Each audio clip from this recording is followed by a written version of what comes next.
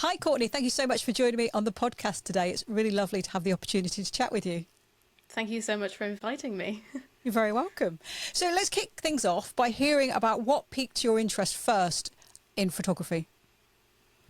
So I got into photography while I was at university, actually. So it was a while back now, or at least it feels like a very long time ago. And so I went to Aberystwyth University to study fine art and scenography and theatre design. And I actually wanted to be a costume designer. Okay. That was sort of my goal in life, my passion. And art was something I just wanted to do on the side while I studied theatre. And art is something I had enjoyed for many, many years, but I never really had found that one medium that I could kind of sink my teeth into, get really excited about, something that I could click with and just invest myself in creatively. And when you do art courses through sort of GCSE level and A levels and university, they take you through sort of every term you tackle a different medium of art, graphite, life drawing, and then you do, types of printing or clay work. And it was my first semester of my first year of university, and we did darkroom photography. So one day I went in and somebody pressed a film camera into my hand and said, go take photos. And I remember thinking, of what and how? I had no idea how to use this film camera, all these sort of dials and numbers on. I was just thinking, I don't have a clue what to do here. So I went and took photos, and surprisingly a few came out okay, not too overexposed or underexposed. And I was taught how to process and develop the negatives and use an enlarger to make photos. And I remember just holding this photo that I had made and just being really excited about it, and this passion just immediately developed. It just kind of, that's where the click happened, and I thought, yes, this is what I need to be doing, this is what I want to do. And I actually ended up majoring in photography by the last year of university, which when I look back was a questionable choice, because I had all of this knowledge and skill and experience in costume design, and I pretty much just pushed that away, focused on photography where I actually didn't have a lot of skill or experience, but I just knew that, okay, this is what I have to be doing, this is what I need to do, this is what I want to go into, and at some point in my life photography is going to be a big part of it.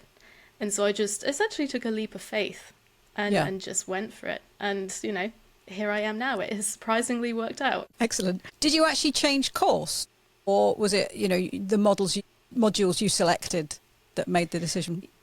Yeah, it was the modules that I selected that made the decision. So I was doing a joint honours, and by, I think it was the second year, I just went down to a single honours degree instead, and then chose photography as the main module that I was going to work on throughout the rest of my time at university. Again, a questionable decision, potentially, but... What sort of thing did you photograph at that time? So at the time, I was working with black and white images, and I really didn't know what it was that I wanted to photograph. I'd photograph pretty much anything and anything, and the course itself didn't really teach photography, so I wasn't taught how to compose, I wasn't taught how to, expose and use all the camera settings that I had to pick up by myself as I went. It was more sort of pick a theme and run with it and see what happens, get it creative, get experimental with it. And a lot of my art degree was sort of history based as well, sort of researching and learning from previous artists. So I ended up actually going into sort of working with negatives and experimenting with breaking them down and manipulating them with the theme of, does an image actually hold memory or not? Okay. And I can't remember exactly what the conclusion I came to. I wrote an essay with it. It was so long ago. Yeah. But that was essentially what I worked with. And I worked with people and faces, and just sort of pushed the boundaries of what I could do with a negative, essentially. And what is it about photography, do you think, that really kind of floats your boat? What made you want to pursue it? That's a good question. I want to say two things really that come to mind. One being able to physically hold something that I had created, and I think the second was the process of photography. The journey to get to the point where I was physically holding an image or physically looking at an image, and sort of the experimentation and techniques along the way, and the various things that I could do to create different types of images, I think is what drew me in. Yeah. Obviously, you were on your course and you kind of made the decision to become a photographer. But how did you actually translate that into a career? That took many years, and it Right. has kind of happened by accident. So when I graduated university, I still didn't know exactly what I was going to do with this degree. And I actually remember one of my last lectures, one of the professors there said, you know, you're probably never going to use this. And I remember thinking, okay, great. Oh, right. Yeah. So, you know, I graduated and I just got a job working in a camera shop, sort of Hmm. developing negatives and selling cameras essentially to people. And the town that I lived in at the time didn't really have huge sort of career prospects for that kind of field. And so I did feel stuck for a while. And I made the, what probably sounds like a very random decision one year to move to South Korea and Does sound quite teach. random. Yes, which is photography to teaching. But teaching was something that I was interested in. It had been a career that I had considered often in the past, but never really decided, yes, that's what I need to go towards. It was, you know, an option if I got bored, I guess, or was a bit stuck. But yeah, I went to go teach English as a second language in South Korea for a few years. And it was there that I developed the passion for landscape photography specifically. And while I was exploring that, I was starting to share my work online a bit more and start sort of social media and all that kind of thing. And from there, it just snowballed into integrating that with video and then slowly developing a small audience, which has now led to being full-time. So whether I'm a full-time photographer is kind of questionable because technically I'm a content creator and a photographer. You know, I'm a hybrid mix there. What made you choose South Korea? I had a few friends that knew of people who went to teach there. So originally I was thinking of Japan because Japan had been a country that I'd wanted to travel to for many, many years. But yeah, I knew a few people that had gone over to Korea and really, really enjoyed it. And I remember thinking, okay, South Korea is not really a country that I know a lot about. So I sort of did a bit of research and I thought, you know what, let's just dive into it and see what happens. Take a leap of faith and just go for it, really. And turns out I absolutely loved being out there. It's a fantastic country, lovely people, and the landscape, the nature is absolutely beautiful over there. Very, very different. Yes. Was there ever a sort of turning point for you where you suddenly realised, actually, I can make this a career? Yes, and I think that took a while. Like many people, I get the imposter syndrome. Where, you know, you don't want to think, yes, this is going to be something, just in case it's not. But I stayed out in South Korea for about 4 years and I had to come back in the end due to the pandemic. And so I had to sort of leave my job and come back to the UK, which was not a planned thing. It just had to happen. And so I really didn't have a plan in place of, okay, what am I going to do now? And so I just sort of stuck with content creation and just popping my work on the internet, essentially. And I got to a point, I think with my YouTube channel, I hit 10,000 subscribers and got sort of my first brand deal, I guess. And that's when I thought, oh, this is something that could earn me money and that I could do this full time. And I have managed to do so since. Yeah, great. That first brand deal, did you search it out? You know, did you pitch to someone or did they find you and they liked what you were doing? I was very lucky. It came to me. Again, with that imposter syndrome, I was really hesitant to reach out to people and say, look, this is what I do. Would you like to collaborate with that? So yeah, that first brand deal came to me and it gave me some confidence, but it also terrified me at the same time because it made me realize, okay, I've hit the next stage of whatever this is, this unplanned sort of career that is slowly happening. And you know, 1, I don't know where to go from here. 2, how do I make this sustainable? And 3, now I've realized how many people are looking at me. And that's quite a terrifying thing. You know, when you think of if 10,000 people were in one room and staring at one of your photos or a video you had made, you'd be terrified. Yes. Yeah, I can understand because it's an additional pressure while you're kind of working in this little black hole, essentially. You know, okay, there are people subscribing, and there are people watching, but you don't really realize it until somebody actually reaches out to you and says, hey, we love what you're doing. Yes, absolutely. You know, they'll come to you with a very specific, we love how you do this. And then you think, oh yeah, I've never really thought that that's how I would describe how I did that. So yeah, it definitely brought on some sort of self-awareness and self-evaluation. You suddenly start defining yourself by the way that somebody else has defined you. Yes. Oh yes, I do that. Yeah. And you mentioned imposter syndrome a couple of times. Has there ever been any times when you thought, no, actually, you know, I've got this wrong, I'm going to do something else, I'm going to change career? A few times, yes. I feel like I go through waves of this. I think that's times where it gets a bit stressful, and that could just be stress from the job, but it could be life stress involved, like general life as well. Yeah, there are times where I sort of panic and I think, is this where I want to be taking this? Or am I good enough? You know, all these people are watching me, but is it really good enough? Should I be doing something that contributes a bit more to society? You know, these kind of thoughts do pop in every so often, and it's really important then to sort of ground myself and say, okay, this is actually why I'm doing this, and it's okay, and just sort of bring so myself that's what gets you through it. Just reminding yourself. And I think also, I mean, what you do, you help other people discover photography and understand their passion more and connect with nature, because that's one of your themes, and that actually is a very good thing to do.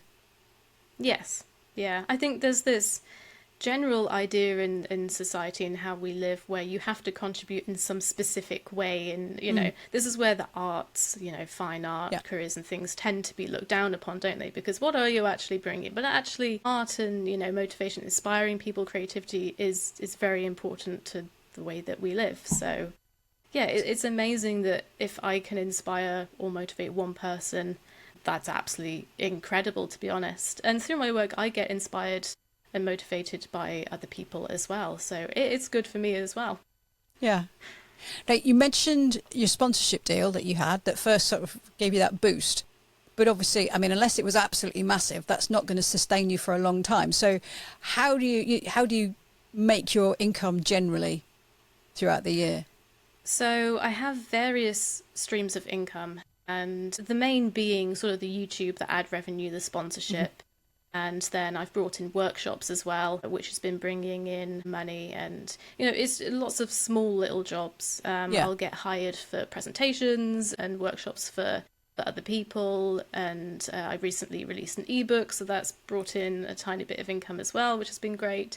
So it's, in a way, you are constantly sort of finding new streams, new ways of doing what it is that you do that will bring in income, because unfortunately paying your bills is something that is quite important. They're always there. Yes, they are. So in all complete honesty, at the moment it's the YouTube that is really sort of boosting things at the moment. Oh, great. I think it takes a certain mindset, doesn't it, to be able to cope with that pressure of, you know, saying, right, there's no one thing which is bringing in the equivalent of a whole salary, but when you add all these things that you're doing together, that, you know, it's a living. And other people would far rather know that they can go to work from 9 to 5 and get that income, and it might be a very fulfilling job, but it's also a certain amount of comfort. Whereas, you know, you're always kind of just looking at the bank balance and making sure everything's okay. Yes, it's not for the weak, I think. Some months you are thinking, oh gosh, you know, this payment didn't come in time, or I didn't earn, you know, so much this month because this video didn't do well. You know, it's really easy to kind of get trapped in the anxiety of that.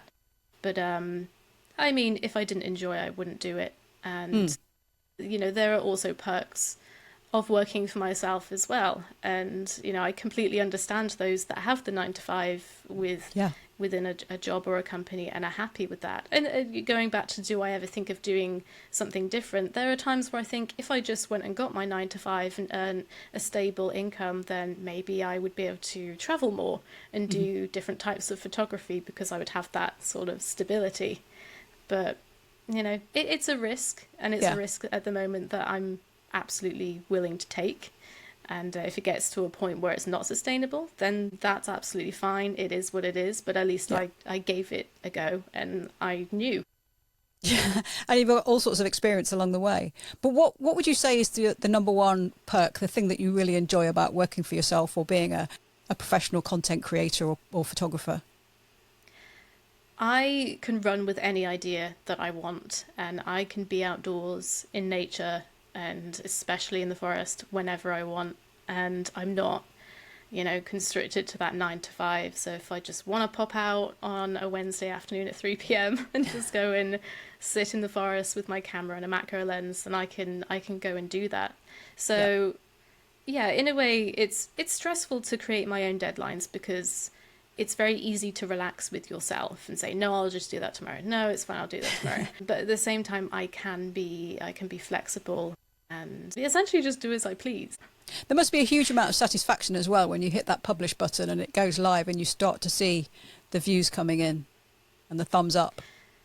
To a point, yes. I mean, I don't tend to focus on that. Usually I will post something and I've spent a while, especially if it's a video, I've spent a while working on it, filming it, editing it, checking it, editing photos for it. And so by the time I'm sort of popping it online, I'm almost kind of done with it. Okay, I've done that. And now I'm ready to move on to the next thing. And so when it goes, up on YouTube or the internet, I don't sit and check the views or the comments, obsessively. It's at some point I'll go to it and see, okay, what do people think of this? What suggestions, what criticism do they have that would be useful for me? But generally I just kind of move on to the next thing that it is that I want to do and just keep that creativity and energy flowing. And I think it's terrible to get hooked on the views and the likes of sitting and has somebody viewed it yet, has somebody liked it yet? It's not a good way to approach it. But it is still nice when you press that publish button and that is a complete piece of work. That's a project that you've finished. Oh, absolutely. Yeah, genuinely I feel quite proud of it. I created this and off it goes. Sort of like setting a ship to sail, isn't it? Off it goes, it works, it happened, it was complete. Yeah, it's satisfying. And as I said, I then just sort of get excited and go, okay, the next thing, what can I do next? Yeah.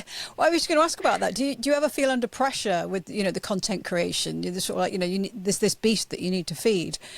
Are you sometimes thinking, oh, I've got no ideas, or do things constantly come to mind that you want to move on and it's out more, I've got to get this finished so I can start on this new project I'm really interested in? I find that ideas is not a problem. I have so many ideas. In fact, I do a lot of journaling, so I write down things that project ideas, things I'm thinking, work through things. The ideas is not a problem. There is, when you really look at, the outdoors and nature, it's unlimited subject material to photograph and to explore. That's not a problem. Usually it's the weather that gets in the way when it comes to filming. Sometimes it's I call it creative paralysis, where it's almost as though there's too many ideas in my head and I'm constantly adding more ideas on top. And I don't know where to start at times. It's kind of taking that first step, recording that first clip, taking that first photo sometimes is the hardest thing to do. But when you do it, then you get going and it just flows. So I'd say that is what I struggle with most usually. Oh, it's interesting you mentioned the paralysis because I was thinking about you shoot a lot of macro photography and that's fantastic because there are subjects all over the place. It's very easy to find something to photograph. But how do you decide what to photograph when you've got so many things? That's the question. Discipline. Okay. One of my favorite exercises is to limit myself to a particular space when I'm out with a macro lens, because otherwise I will just walk around, and I tend to walk around without the camera out first just to see what I can find and kind of get into a state of mindfulness and curiosity and get into that sort of seeing state and forget that I'm there to take photos, sort of take that pressure off. And I find when you're curious, that's when you spot all these tiny little interesting subjects and stories. So I'll do that first, and then I'll limit myself if I haven't really come up with a specific, okay, I must photograph this one thing specifically. I'll limit myself to a small patch of woodland or forest wherever I am, and that could just be, a few meters either side of me. It could just be literally by my feet, and that's where I've decided I'm going to sit and I will photograph something here. And if I ever sit or am looking around and I can't see anything to photograph, I know that I'm not seeing properly and I'm not in the right frame of mind, because there is always something to photograph. You just have to take the time to see it.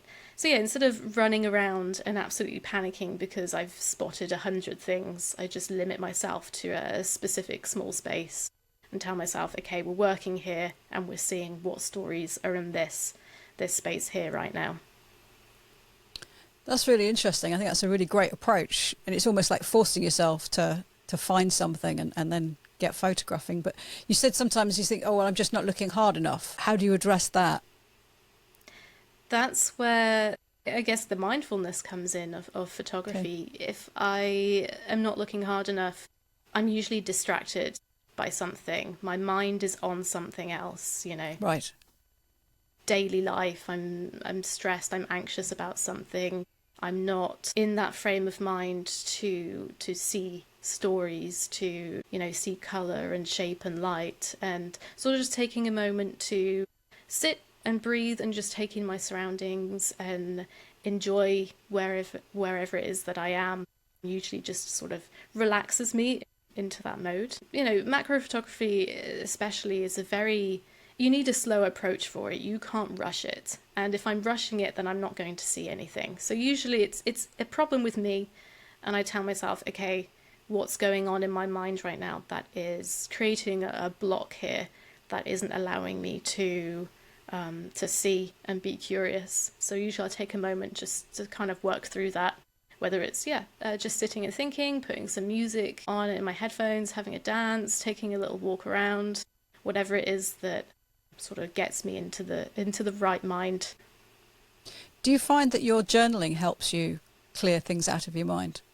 Yes, my brain it never shuts up. It is noisy. There's multiple channels going constantly of various things. And I personally find writing down my thoughts is incredibly helpful. I think that's because it's a visual thing. I can physically see on paper what on earth is going on in my brain, and I can sort of separate thoughts and go, okay, this isn't quite right, or I'm focused on this. So yes, I've always got a small pocket journal in my camera bag, and when I go out, and just taking a moment sometimes just to sit and sort of write down my thoughts, whether they're coherent or not, is incredibly useful.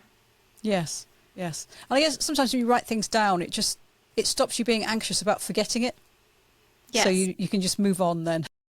Yes, it's on paper. You can physically see it as evidence. You're not going to forget that. So you run workshops. How did you start, or why did you start running workshops? Running workshops came from the love of teaching. I think I really enjoyed teaching English as a second language. And I taught sort of elementary age out in South Korea, so sort of primary age to high school here. And there was just something wonderful about teaching in a creative way, rather than just sort of shoving information at people and be like, read that and go do it. But also seeing people take in information and be able to apply it and then get excited that they've learned something or managed to achieve something. And so I think that has inspired me to teach workshops as well. And also just the social aspect of workshops is something that people really, really enjoy, getting together with like-minded people. You know, we all see in different ways, so we're all able to pick up ideas from each other as well. But yeah, I think that stemmed from the teaching specifically. And I hesitated for a long time in doing workshops because I was incredibly aware that I was a young woman, and sort of the landscape photography field tends to be quite male dominated a lot of the time. And so I was very aware that, you know, I'm going to go and pop myself somewhere in nature with a bunch of strange men who I don't know, and I have to make sure that I'm safe. Yeah. And, you know, that I have processes and plans in place, and I really need to think about this. So it took me a while to develop the confidence to do that. And, you know, the places that I choose to do workshops I choose those very specifically because they are by main trails, say in the forest where lots of people are walking by, and I have phone signals, and I can, you know, get to people if I need to, and you know, people know that I'm there and they can come and help for any reason if I needed it. So it's something that I had to put a lot of thought into and build the confidence to go and do that. Yeah. So it was more the confidence of about the safety issues or the health and safety issues than, for example, thinking, well, why will people book me? Because there's all these other people doing it. It wasn't an imposter syndrome thing. It was more the health and safety. No. It was the safety aspect that absolutely made me hesitate to begin with. I mean, in terms of people who book, you know, there are some fantastic photographers out there that, you know, their skill is beyond what I do. And, you know, they do their workshops and, you know, it's great for them. It's successful and absolutely fantastic for them. And I wasn't really, you know, those who want to come on my workshops will come on my workshops. It's sort of, in terms of growing an audience for my work, I don't need the entire world to be looking at it. You know, they say that you only need sort of 1,000 people, I think that the quote is, to sort of invest in you, and you can make a career from that if they're willing to invest in you. So a small audience is absolutely perfectly fine. And the main thing with that is encouraging what I say is my tribe to my work, the right people who resonate with what it is that I do and how I do it. And so naturally those people will find me, and if they want to join on workshops, then they will. And so, you know, it is one of those, it is what it is. People come to workshops or they don't. I think that's a really important point to remember, actually. You don't have to have the whole world following you. It's the people that connect with you. Yes. And the great thing is about a relatively small audience is that you connect with them in a way that just works for everybody. And so you kind of think, oh, these people will love this workshop, or they'll love to go there. And you can develop things with people specifically in mind, which is something that, you know, large corporations often have their ideal customer, you know, whatever their name, they give them a name and they try and pitch everything to them so that they can try and have that contact, which they don't really have. Absolutely. Yeah. There's, I think this is a newer thing that's sort of come out of the woodworks of the benefit of, you know, the micro audience, or, you know, whatever the term is for it, and micro influencers and that kind of thing, where they have a smaller audience, but it's more loyal because it's people who are taking the time to invest in. They've not come to you and your work and seen, okay, you've got millions of people watching and liking you, so I'm going to like you too because you obviously must be good. You know, people are taking the time to see what it is that you do and then invest in it. Yeah. Now, you're an ambassador for Case and for Vanguard. How did that come around? So for Vanguard, another Vanguard ambassador, Matt Watkins, spotted, I think it was Matt, one of the other Vanguard ambassadors spotted that I was using a Vanguard tripod. And I'd been using Vanguard tripods for a really long time. And they basically reached out and said, we're looking for ambassadors, and specifically more female ambassadors as well. And would you like to come and chat with us? And at the time, the photography show at the NEC Birmingham was coming up. So I popped over to their stand to have a chat. And they're absolutely lovely group of people. Yes. It's like a small little family. And yeah, I joined them from there. You know, with ambassadorship, at least with mine, there's no sort of paid thing happening. It's more of a, I'm invested in your product or your work, and, you know, we can help each other in some way here. And again, with Case, that I think I've been with them for about 1.5 years now. And again, that was at the photography show, just going over and chatting to Andrew Yu, and just having a conversation face to face and seeing, okay, you know, is this going to work? Are we sort of on the same page? And I'm just going from there. Great. I think it's really nice that another ambassador recommended you, but it doesn't really surprise me because I think that the photographic industry generally is pretty supportive, and if they see someone doing great work, they don't think, oh God, I've got to, you know, I mustn't let them be seen. They're very keen to help you. Oh, absolutely, yeah. People are absolutely lovely. Anybody who I chat to within the photography community, always so nice and happy to help, happy to offer, you know, hey, try this. This is how I do this. Everyone's very, shares their journey, and this is how we all learn from each other and grow together. So, yeah, absolutely. Now, what advice would you give to any other women who are thinking about starting out in photography or videography, how they find their voice? The first thing I would say is just do it. If you are constantly overthinking getting started, you're never going to get started. even if you don't think you've found what it is you want to say or do, you'll find that along the way. As you go on this kind of creative journey, the things that motivate you, inspire you, are going to change as you go, and you're going to find out new things about yourself and whatever it is that you're sort of talking about or exploring. But the first thing is just to do it. Just get over that initial hurdle of fear and just go for it, because you're never going to be perfect to begin with. You can practice as much as you want in front of a camera, with your settings in photography, but if you're going to wait until you're perfect, you're never going to get there, because perfection doesn't exist. Nothing's perfect, nobody's perfect. And so just start, and things will keep moving from there. Things will start growing, things will start snowballing.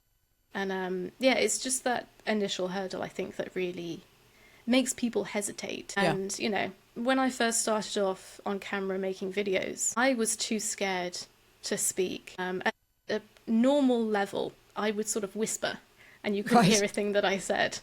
And it took me a while to gain that confidence to where I could speak normally.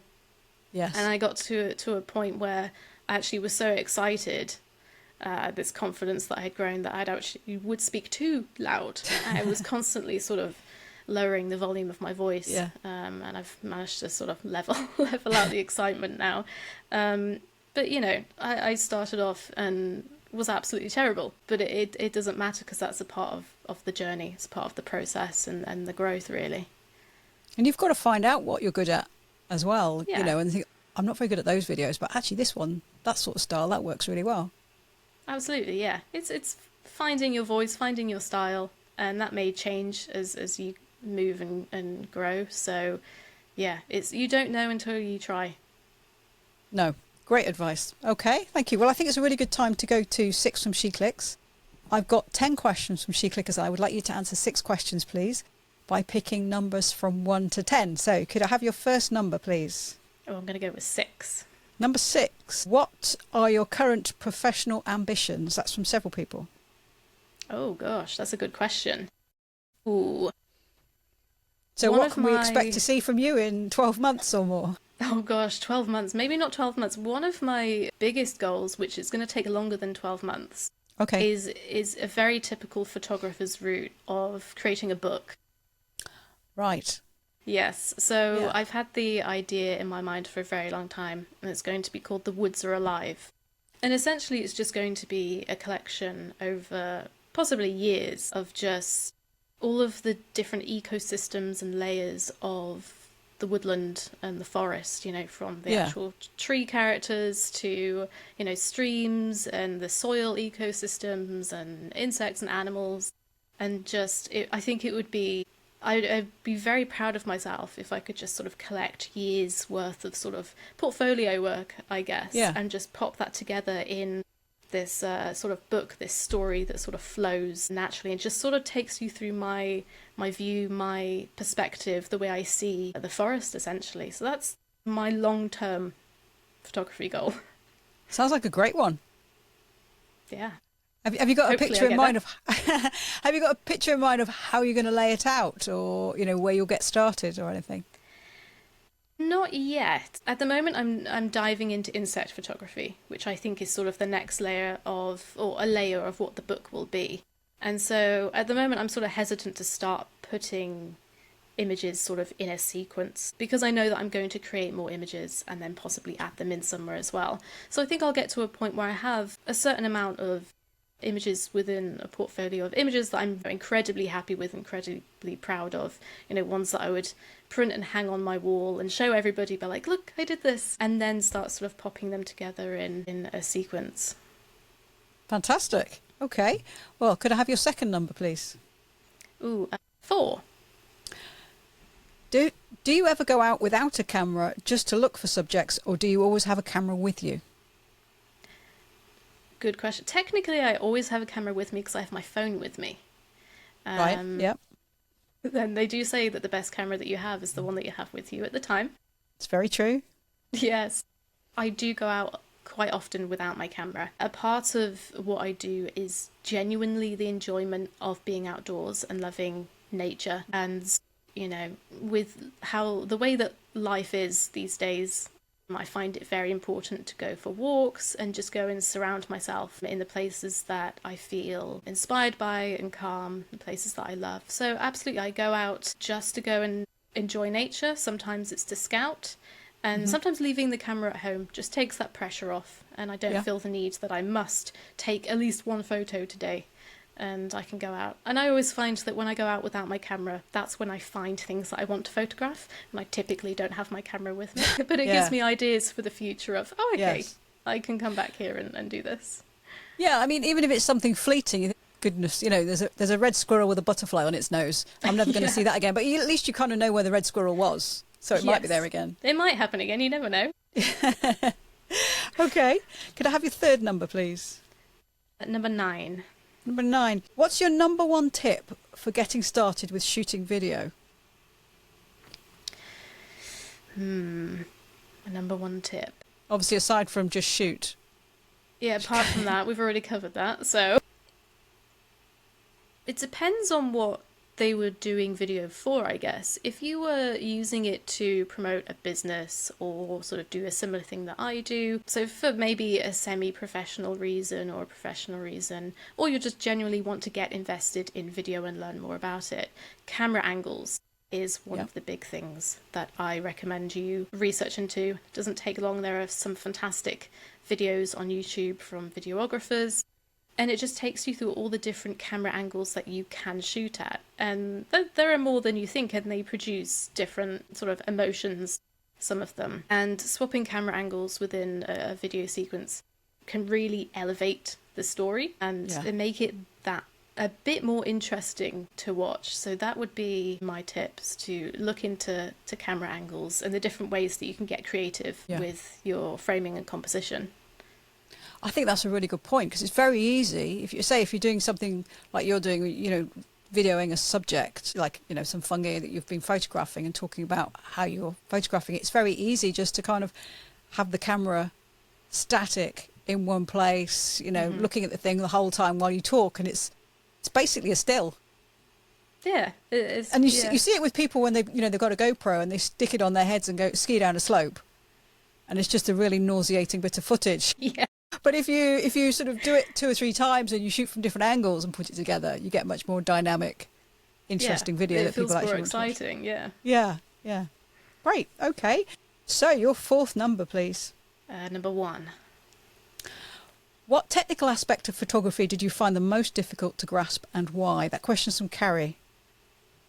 Oh, interesting. At the beginning of my photography journey, when I was learning how to use a camera, it was being manually exposing, being on sort of I learned how to use the shutter speed, and then learned how depth of field worked, and going to full manual was tricky initially. I think that's tricky for a lot of people, and with that you just have to keep practicing and you figure it out as you go. It's one of those, you know, how all these different, you know, your ISO works, you know how the shutter speed works. It's just applying all those things together through practice. So that was probably the first hurdle that I came across. And the second, I would say, would be dealing with depth of field and macro photography to begin with was tricky. And specifically learning to focus bracket and stack my images so that I could get a scene, for example, a mushroom in focus sort of all the way through. And I think it took me about a week of consistent practice to learn how to do that and gain confidence in, okay, yes, I've got this down and I can do this now without thinking. And with that, you're not just thinking about the depth of field, you have to think about stability when it comes to, you're taking multiple images. It can be up to, you know, 50, 60 images of a subject and popping them all together with dedicated macro software. If one of those images or a couple of those images within the stack are slightly off in some way, you know, you've moved the camera or the light changed dramatically, it can completely just throw that stack off. And it might be useless. You might be able to recover it, you might not. So sort of learning the steps that I would need to take to ensure that a macro image would come out successfully was certainly challenging at first. Okay. Can I have your fifth number, please? Number 5. What's your favourite or most useful accessory for macro photography? And several people asked that. That's a good one. I find macro photography, I take more kit out with me than I do with any other type of photography, which baffled me at first. I would say a tripod for the stability. As I said, stability is a must, a need, if you are sort of focus bracketing or focus stacking, even if you're taking a single shot image. When you're dealing with macro photography, you know, not only is your subject magnified, so is any movement or vibration or shake. And if you sort of frame a subject up and then very gently move the focus ring on your lens, you can see the huge amount of vibration that you're actually causing. That vibration is the difference between actually getting an image and not getting an image. So something that stabilizes the camera, whether it's a beanbag or a tripod, is most used tool and the tool that I would recommend. You know, I use a lot of sort of LED lighting in my work, and in the end I would happily go out with just my camera and a tripod, and I would still come away with macro images that I enjoy. Any other accessories or sort of doohickeys that I take out are just kind of add-ons, really. Yes. Have you ever used the light on your phone to add a bit of light when you've left your LEDs at home? I have tried before, but it's very harsh lighting. Yeah. And so I would rather have to resort to exposure bracketing or something ridiculous like that, and making the post-processing process just ridiculously tedious for myself. But it's an option, absolutely. Yeah. Okay. Could I have your last number, please? Ooh, number 7. Number 7. Do you have a bucket list of places that you'd like to explore? That is from Mariange. That's a good question. Absolutely. And everywhere. The entire world, to be honest. That's quite a big bucket then. Yeah, which I think all of us would probably agree on that, to be honest. Yeah. Yes, in terms of abroad, my dream trip would be New Zealand. And actually I am currently potentially putting together a 3-week trip next spring in the South Island, sort of from Queenstown over to Christchurch, a bit of a small road trip. So that may become a reality next year, and I'm very excited about that. And I imagine I will not want to leave. But otherwise, yes. In terms of the UK, it would be great to get up to Scotland, I think, at some point, for landscape photography. And sort of the dramatic, atmospheric landscapes up there would be a wonderful change. So yes, I'm going to go with New Zealand and Scotland. Fantastic. Great choices. I'm going to Glencoe in October, actually, so I'm really looking forward to that. That's going to be great. Yes. That's for a workshop. But if you go to New Zealand and have a great time, do you think you might put on some workshops down there? Not on that trip, but in future trips? Potentially. Yes. Mm-hmm. Yeah, maybe. I feel like I would need to travel there a few times before. Yeah. I like to know an area pretty decently before running a workshop there, because I think when the host of a workshop really knows the location, the area down, and they're very familiar with it, I think that just really, I don't know, it's kind of impressive, but it just, you trust them a bit more, don't you? Yes. Like, you're taking me to a place that you really love, that you've come back here so many times and that you know so well, so I trust you to, help me in getting some great images, I guess. Yes, no, I agree. Well, Courtney, thank you so much for joining me on the podcast today. It's been really fabulous talking with you. Yeah, thank you so much for having me. It's been great. Oh, you're very welcome.